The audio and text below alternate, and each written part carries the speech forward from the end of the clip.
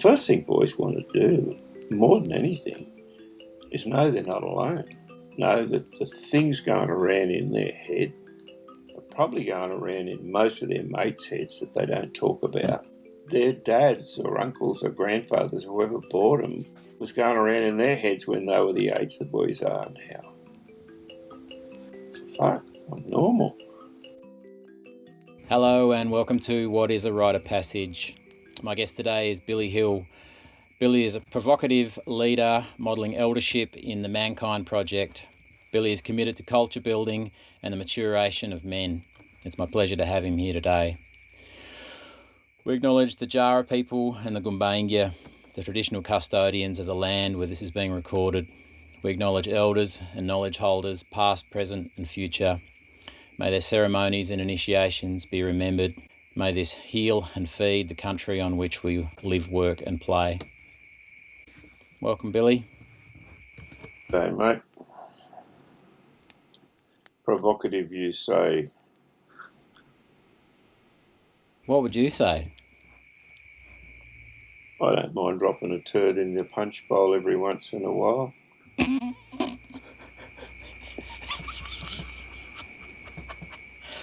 Only when the punch is sour. Provocative it is then. Thanks so much for joining us.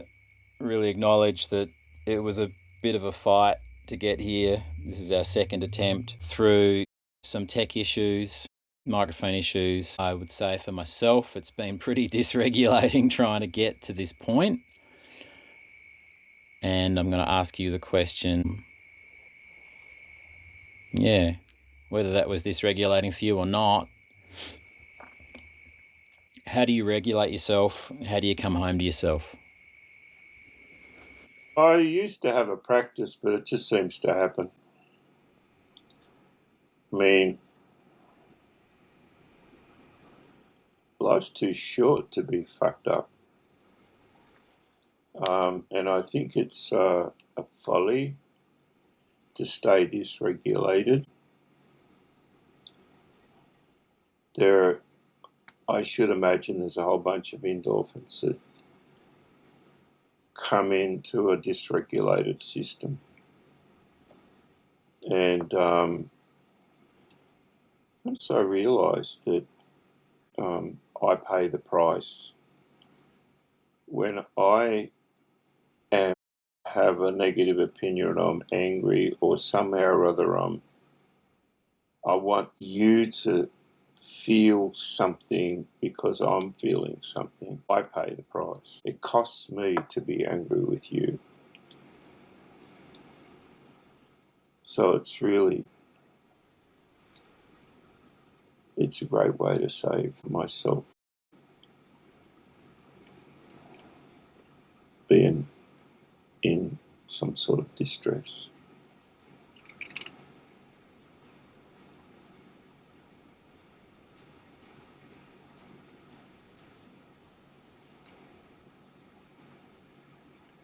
From time to time, I get to go away and study what we call the still place.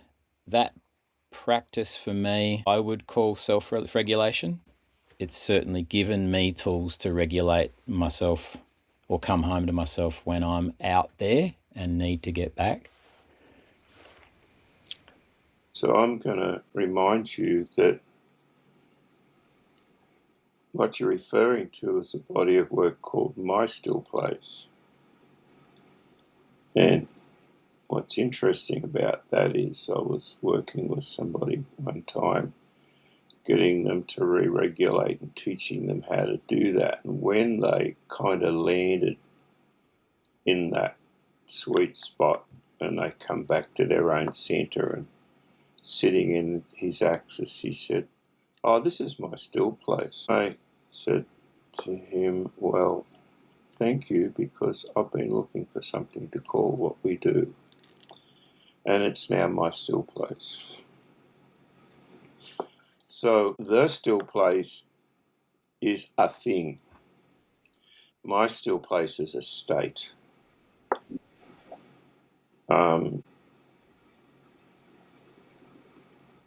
My deeper mind that whatever you want to call that thing that runs a show when I'm not trying to run it, it just brings it up. I've somehow or other taught that part of me to go to the default place of still and in my center. It's a practice, spiritual practice. Kids learn it quicker than adults.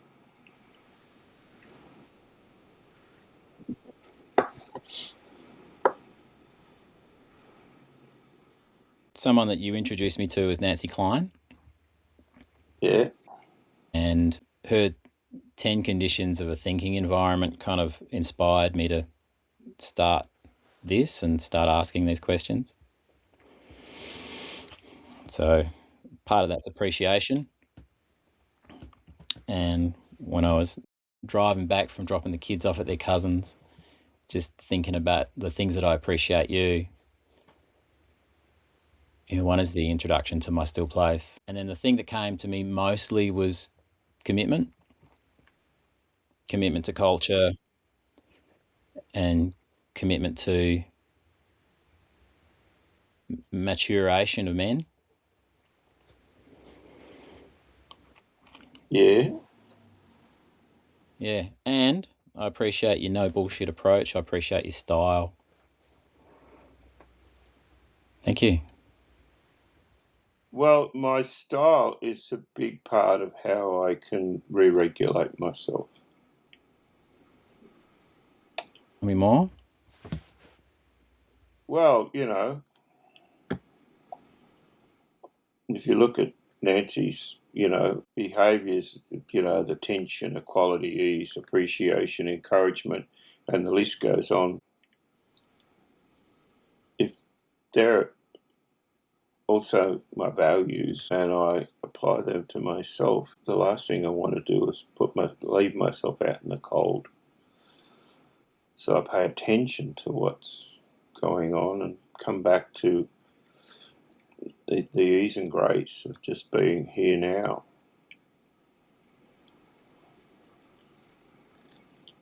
Notice what's going on and my feelings.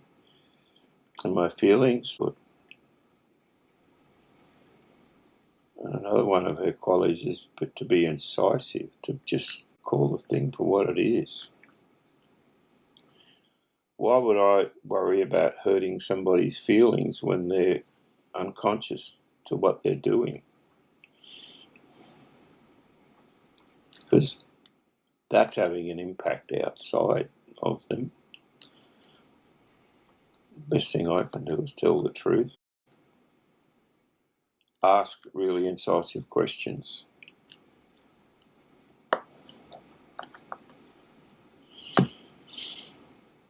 And you can't do that unless you're in your centre.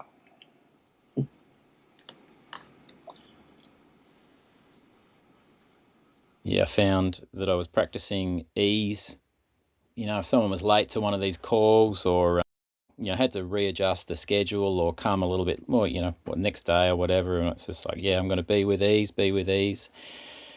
And then as soon as I, forgot to press record on a thing or missed a bit of information, I found that the hiding I gave myself was phenomenal. And so I think what I'm trying to say is I'm finding it easier to be easeful with others than I am with myself. I'm curious about what value there is in giving yourself a hiding. There must be you must get some benefit from that. You might not be so inclined to do it.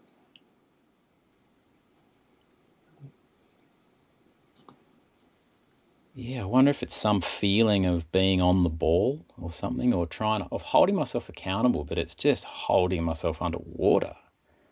Yeah. And so where we're going now, this is a really great conversation, because if we're doing rites of passage, particularly for boys, then I really need to know when I'm being cruel or brutal or giving myself a hiding towards myself. because that's not the sort of thing that I would want to model for a young boy on his journey to manhood. So, one of the things that I'm really, really keen on is teaching, expecting somehow or other, saying, well, if we're going to do this with these young fellas, we better clean that shit up inside ourselves. I'm not suggesting for a moment that you haven't got a handle on that enough to do what you do, but I'm just making the point. It's like, if we're going to do this stuff, we need to do it from as clean a place as we can.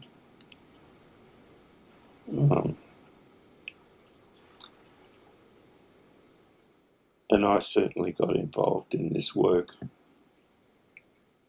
with all of that still going on. But the longer I stuck around, the more that fell away, which was just makes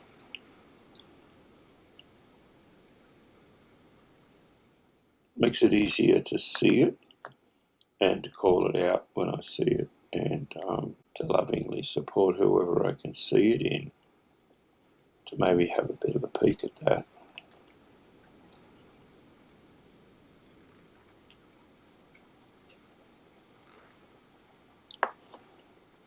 Because they're looking for an example of how to be. I don't know about you, but I was still looking for how to be a man when I was in my 40s.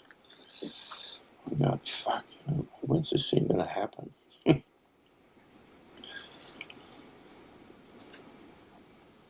Yeah, I'm 48 and I'm on the phone to you.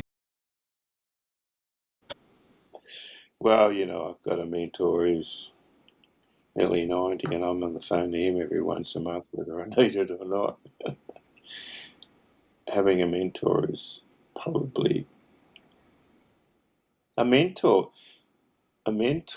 where I sustain the relationship over time, even when I don't want to keep it. Sometimes. Anyway,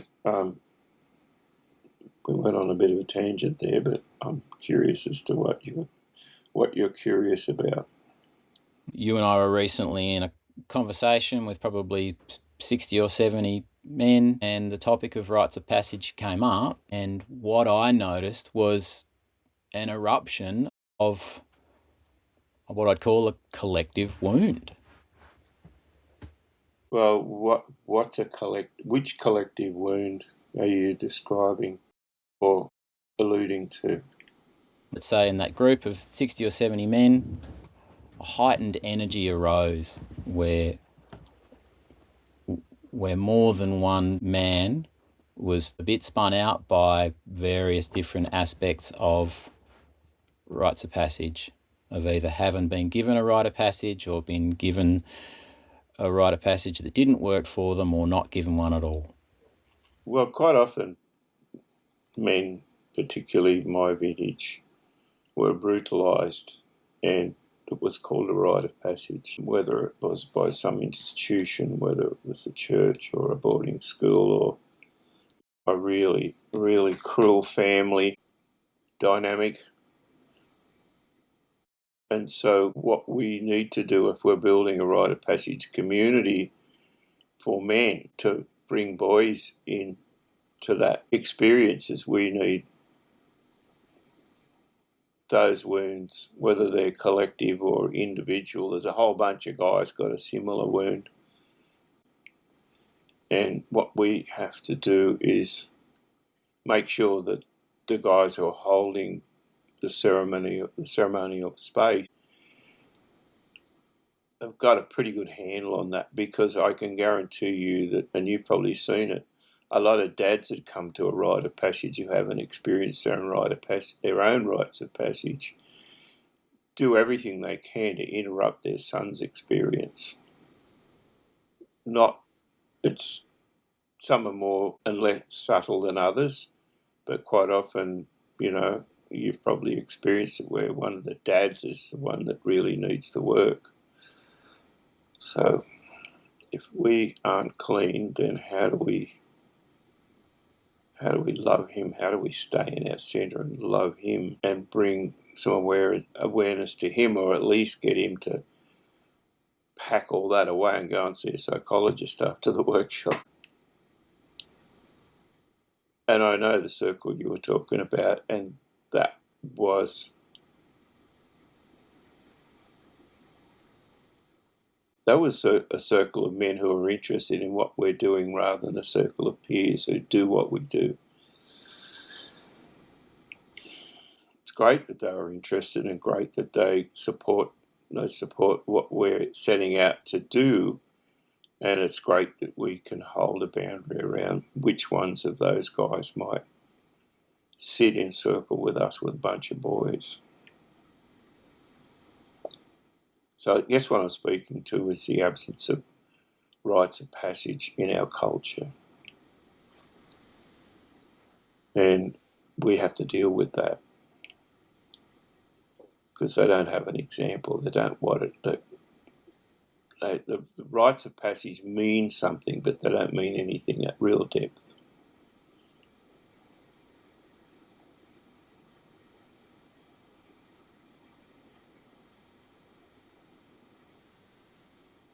So we're still stuck in this whole thing of, in a funny sort of a way, is who's qualified to do this. So that we're still there in a funny sort of a way. I'm curious as to what else.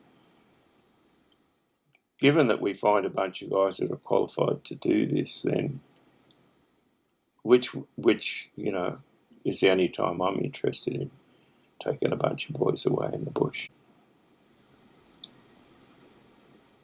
So we can assume, for the purpose of this conversation, we can manage that, because we will. I know that when we start this particular thing we're setting out to do with the Mankind Project, that we'll start on a really solid footing, really clearly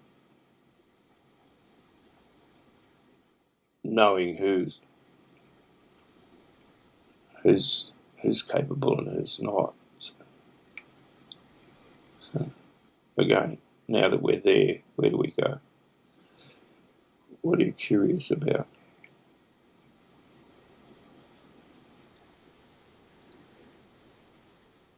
Billy, do you mind sharing some of your previous experience with the Journey to Manhood work? Well, a bunch of us were tied up with the Pathways organisation that is pretty much gone. I mean, it was a national program, and I've been involved in that since the 90s, or was, and until it just sort of fizzled out. And then at some point, and that was called Pathways to Manhood. And I belong to a community in Bellingen, which is a fairly switched on community that was really keen to bring that thing into our local sort of area and keep it local rather than having it national. So we created what we called Journey to Manhood, and we ran that in the town for quite a few years. And then, I don't know, if you lose touch with the people who've got kids in the school, once you haven't got people saying, we used to have, every year we'd have 10 or 15 or so fathers or parent families say, we're ready to take our boy. And then that sort of dried up. We do one every couple of years now. And so what I like about that is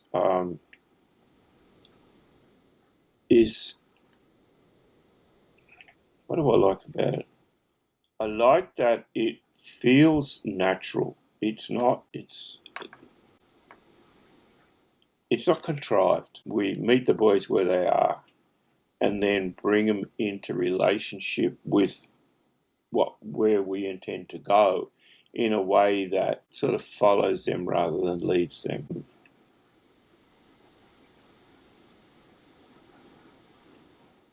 And one of the ways that we achieve that is by having returning young men, boys that have done the program, who are really keen and who really get the value of the program and who are really keen to share it with others.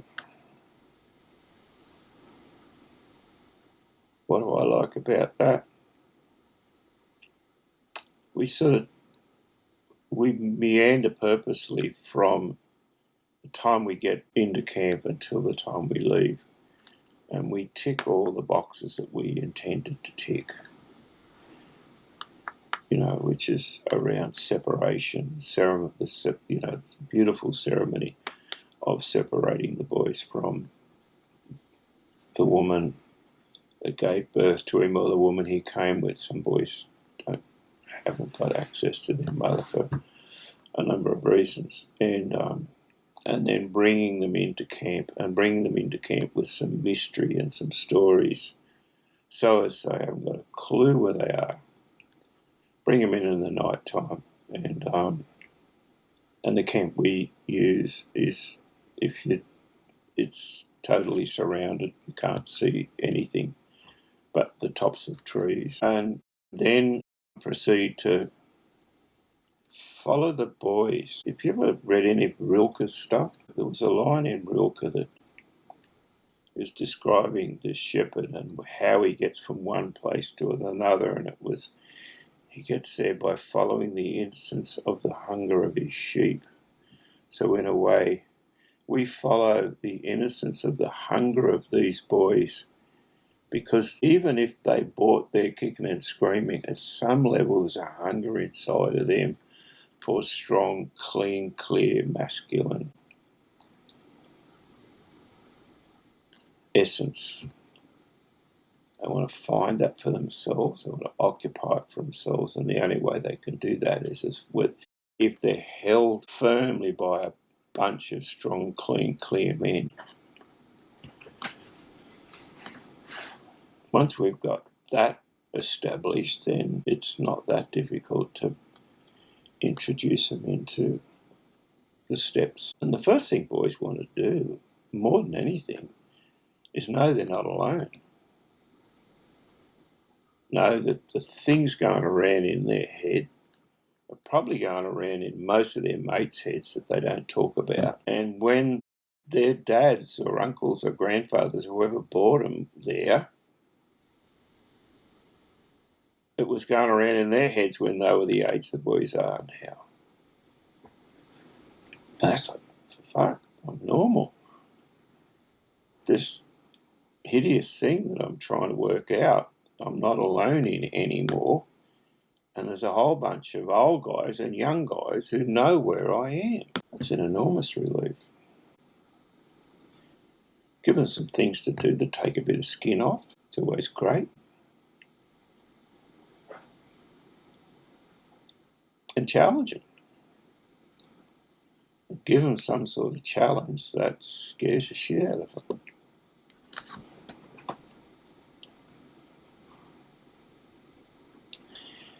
And make sure they rise to the challenge. So that means each boy needs to be met where he is, and in a way that, we know how, ensure that he gets a challenge to this level, and the bloke down, another bloke might want a challenge to this level, but they both get challenged. They both know they've been challenged, and nobody knows what the other guy's challenge was.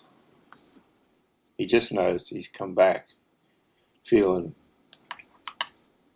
really good because he met the challenge.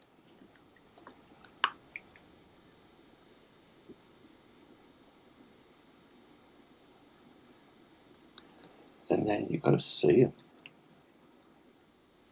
You've got to see them, really clearly see them and honour them. And in doing that, we teach the dads to see their sons. We model seeing them, and the dad's standing there going, fuck, I don't know how to do this. Well, he has to see. And that's some of the magic as well, as we're honouring this boy for the journey he's been on, and the dad's going, look at you can see the kid just filling up. Sometimes we've got to give the dad a little bit of mentoring, just-in-time mentoring. Mostly when they hear their dad say something positive about them, that's pretty special. I don't know. That's what I like about it. I don't know. Don't you reckon that sometimes the dads grow up more than the boys on the camp?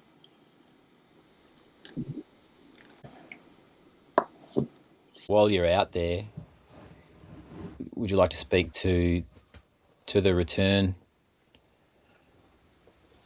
I feel like you went from this beautiful journey from the separation into the challenge to the witnessing. Is there anything you think or feel about this return process? Well, I think the return is very, very powerful, and like if the return's not done well, something gets missed, because the women need to see these boys that left come back into wherever they're being received as young men. I have my way that I like to see that done.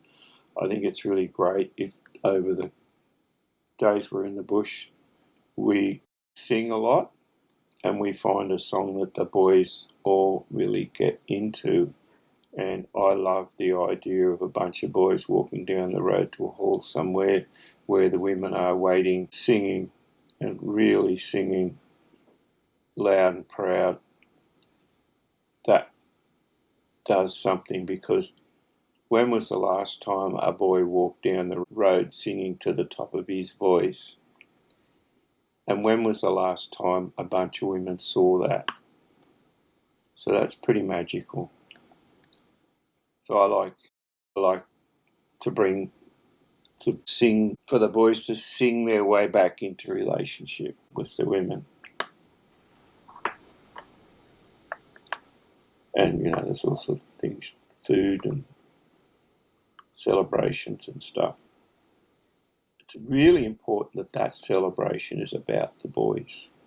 You have to watch that really carefully, that it doesn't get to be about either the mums or the dads. And mostly that goes well.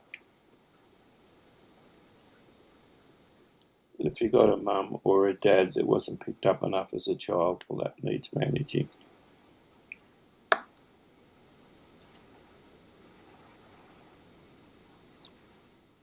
So it's really good to have a woman who's grounded in what we're doing, who supports the women to build their part of that ceremony.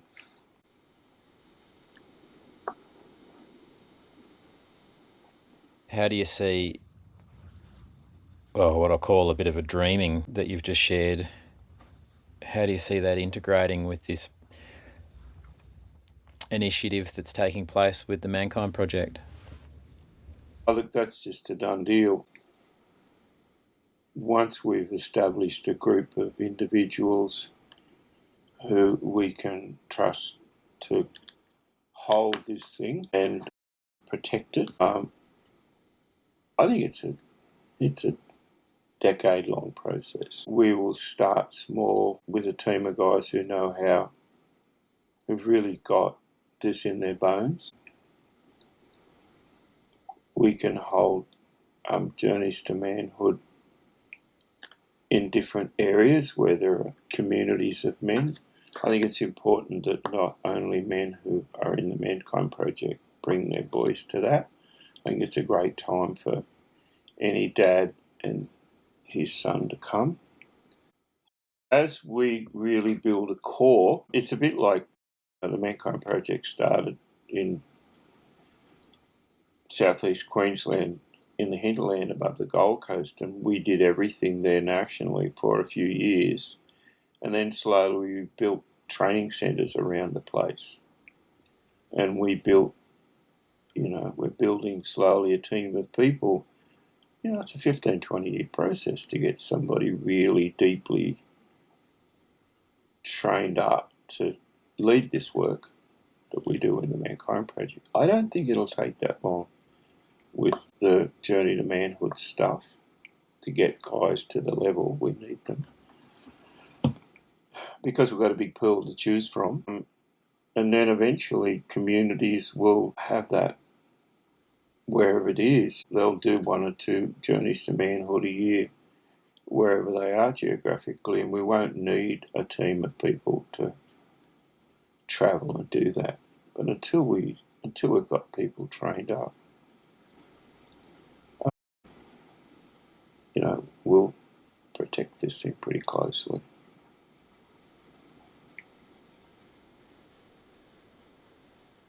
That's my dream.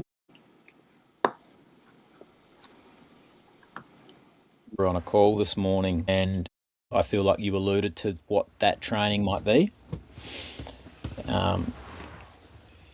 Just my understanding, a little bit of background. There's the Mankind Project, and the primary training for that is the New Warrior Training Adventure, which I would call a men's initiation weekend. And then, Billy, you facilitate a bunch of other trainings. I don't know how many, it seems like a lot. Facilitator training, leader trainings, 3 separate leader trainings. And in that context, what do you think a training for Journeys to Manhood might look like? If a guy decides he puts his hand up to train up, we can do 1 or 2 leader trainings a year, or whatever we would call those people, facilitator trainings. And we just put them through the same experience that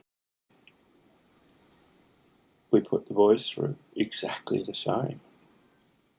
And we have a man accompany them. Each guy has somebody who's already done the training accompany him and be with him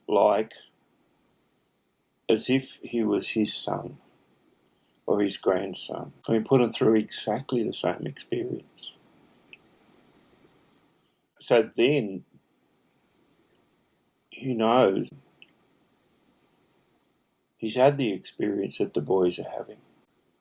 And there's no part of that we ought not do. I mean, the separation from the mother part would be different, but at the end of the day, any rite of passage includes an integration of the anima and animus, like the inner feminine and the inner masculine aspects of our psyche. And until they come into right relationship, it's very different for a man to be able to hold and nurture when hasn't got a relationship with that aspect of his psyche that can hold and nurture. So, we're waking them up to what it feels like to be held and nurtured by men, and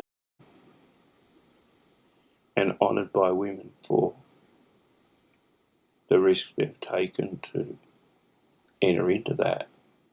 So I don't think it's a lot different. It'll be somewhat different, but not a lot. And then there's a whole bunch of other trainings that we do in the Mankind Project, and I don't think they need to be any different. We do a training that teaches men how to form a container, how to actually bring together a group of people a focused way that serves a purpose, that uses ceremony to ground the circle. We do a training that teaches men about the burdens of holding that space, and what it costs you, and what you get from it. So there's blessings that go with the burdens. And then we have a training that teaches a man how, when he doesn't know the bits inside of him that are hurting or afraid that we might call a victim, he needs to know when that part of him is backed into a corner, he's going to hurt himself or someone else. So, there's a training that teaches him how to be aware of the victim so as it doesn't flip and become a perpetrator. And then there's a training that you did just not long ago, my still place training, which is again about knowing that whatever it is I want to achieve, there's a state inside of me that I can access that replicates what I'm setting out to do. If I want to become really good at something, I know what that feels like. I don't know what it feels like to be good at the thing I want to be good at, but I know what it feels like to be good at something else. And that's a resource.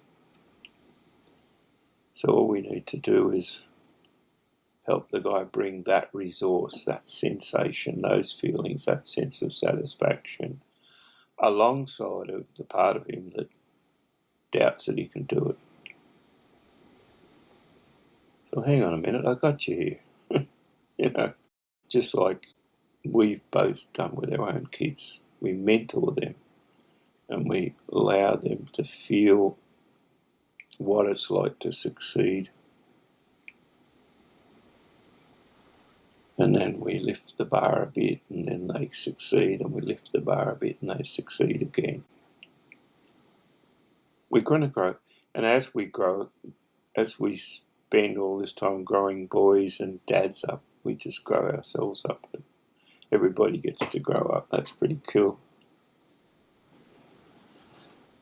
I don't know. That's what I think. Thanks, man. Would you speak to the place for myth and story, in particular the Iron John story? Could you share a little bit about its origins and maybe how it fits in, or how it might fit into Journeys to Manhood? Yeah, I think the work Bly did in uncovering that, well, it wasn't just Bly, there's a whole bunch of guys a bit like him that were into men's work and into the Jungian idea, and they just, over a decade or two, really researched that body of work that we don't know how old it is. I mean, the form that the Grimms delivered it in is probably westernized or European. It came through the lens of a couple of white guys who wanted to present a bunch of old stories. And it would be highly unlikely that it came in its purest form, but it came pure enough. And so really all that's about is a boy who realizes that he's never going to get what he needs from his own dad. And the story describes how the father's more driven by his need for self-aggrandizement and power. So really, it's about a boy who goes, and then all of a sudden they find a guy who's got some pretty raw energy, which is Iron John in the story, and the boy gets a bit curious about him and eventually ends up with him in that forest, or on country, if you like. The forest is, you can swap that term for country. So the boy's on country with a bunch of men. If we switch from the Iron John story into the journey to manhood, he's now, and when he's now on country with some good men, and like in the Iron John story, he's on country with a good man, a man who will become his teacher. And the first thing we do is we challenge the boys, see whether or not they're up for the task. And what Iron John did with the boy in the Iron John story is he sat him beside a sacred stream and gave him the task of seeing that nothing compromised the stream, which, you can exchange that for the mother or the planet. If we task the boys with the responsibility of seeing that everything is sacred. And of course, they're not going to see everything as sacred, as in the story. So what we do is we send them out on some tasks. And on those tasks, they get to see something that they've never seen before, which is their own soul, if you like. And as we move through the workshop, I like the boys to hear that story in stages that are consistent with or in parallel with where they are in the workshop. Now, of course, we don't complete that journey, but it's the beginning of a journey. It's just to send the boys back in a way. I don't know about what you've seen, but quite often I hear from women after a boy's come back from the camp, I don't know, he's starting to do his own washing, or he's just easier to get on with. He was loading the dishwasher the other day and didn't even ask him. There's all sorts of things like that. That's not always the case, but quite often it is. Or he's now caring for his siblings in a different way. So this boy is now on that journey into the relationship with the sacred feminine.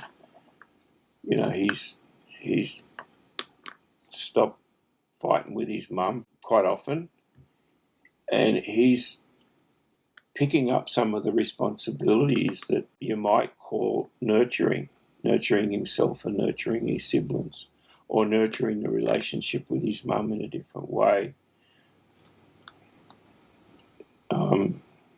If we've done that, we've done well. So we don't get to the end of the story on a camp. We tell the story to its end, and it somehow or other loads into their subconscious mind, there's more to this than what we've done. He's a boy. The story doesn't end until he's my age or better.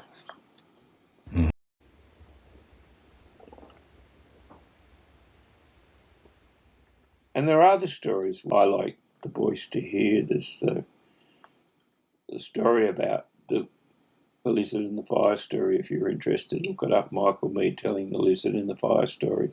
You probably know it. But, that dilemma between the woman I've chosen and the woman who gave birth to me, that's an interesting dilemma. How to leave the mothers and go and build your own relationship with the woman of your choice. That's a great story that I think is really good. And that half-boy story is another one. Michael Mead's version of that's really worth looking up on YouTube. And again, it's about the boy understanding there's a part of him that's just in a lot of pain because he doesn't really know himself. He doesn't know how to be himself. And quite often that pain causes a lot of damage to himself and others. So that's a beautiful story about integration, the dark and the light side of my psyche. So stories are very powerful, and when they're told reasonably well, you don't have to be brilliant at it, just reasonably fluid and know the story, the boys are just very keen to be with that story because they're hungry for it. So in a way, it's really great when the men who are holding this space for the men and boys and the families really understand. The more congruent we become in the delivery of what we're doing, the more real it becomes for them.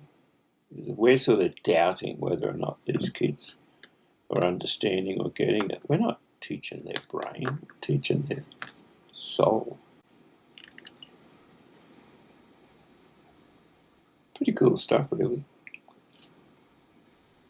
Oh, it's beautiful. Something came up for me. We've got an event, Castlemaine Rites of Passage, at the end of April, teenager event, and I took it upon myself to do the enrolling, which is kind of something I hadn't done before, but I'd found that I had a voice for this, where I really believed in the work. I'd seen enough of it, of the impact in myself and other men. I'd seen the impact in teenagers, and what I found was happening is, as I'm calling mothers, letting them know about the event, getting them to the information night, maybe a lot of them single mothers, well, they were a lot of them single mothers, I was confronted with something I hadn't seen, and that was the impact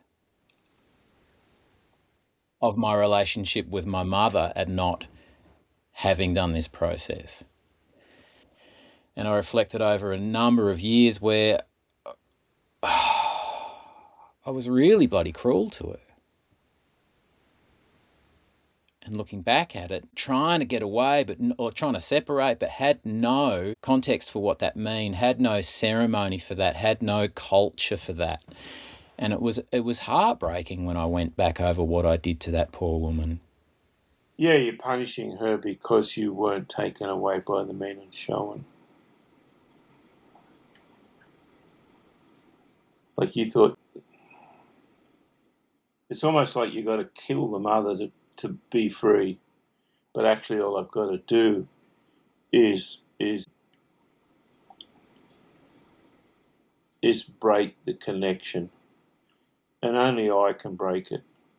She's never going to break it. I have to break it. What's beautiful is when I've broken that connection, then she gets a new connection with a man.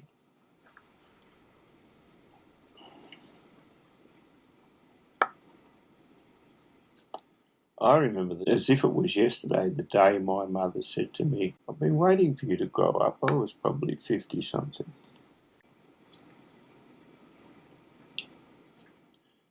You know, now we're talking about deep culture. It's the absence of the deep understanding of that in our culture. There's a great story that I like to tell the men sometimes when we're doing the new warrior training, and that's the story of the old women would get the young warriors before they went out to be put through their rite of passage. The old women would get the boys to dance wildly and furiously and draw blood and break bones.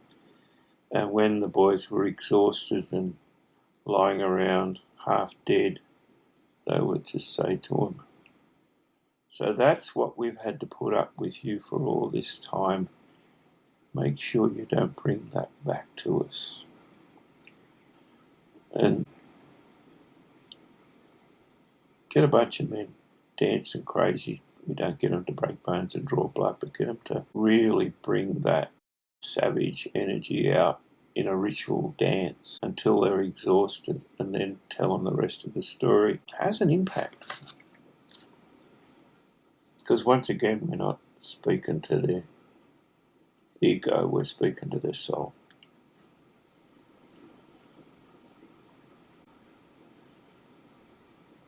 Is there anything more you think or feel or want to say?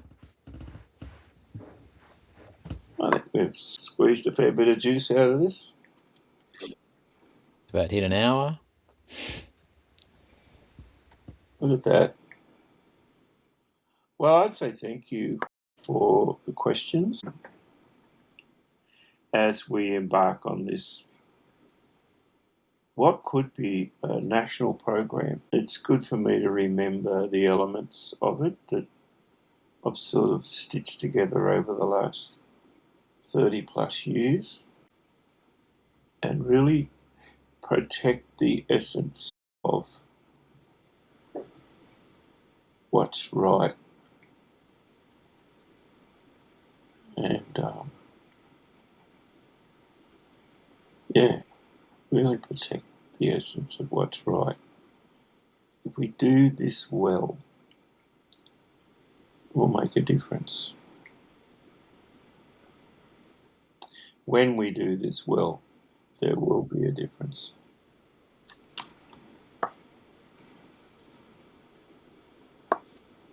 Yeah. Thank you so much for your time, Billy. Well, It was a bit of a trial to get here, but we got here, we got settled in, and I feel like I got what I wanted out of this topic. I'm quite aware that I've got so many more questions, and I would love to have you around again for a conversation about men's initiation. you'll need to give me 5 minutes notice before we do that. Beautiful.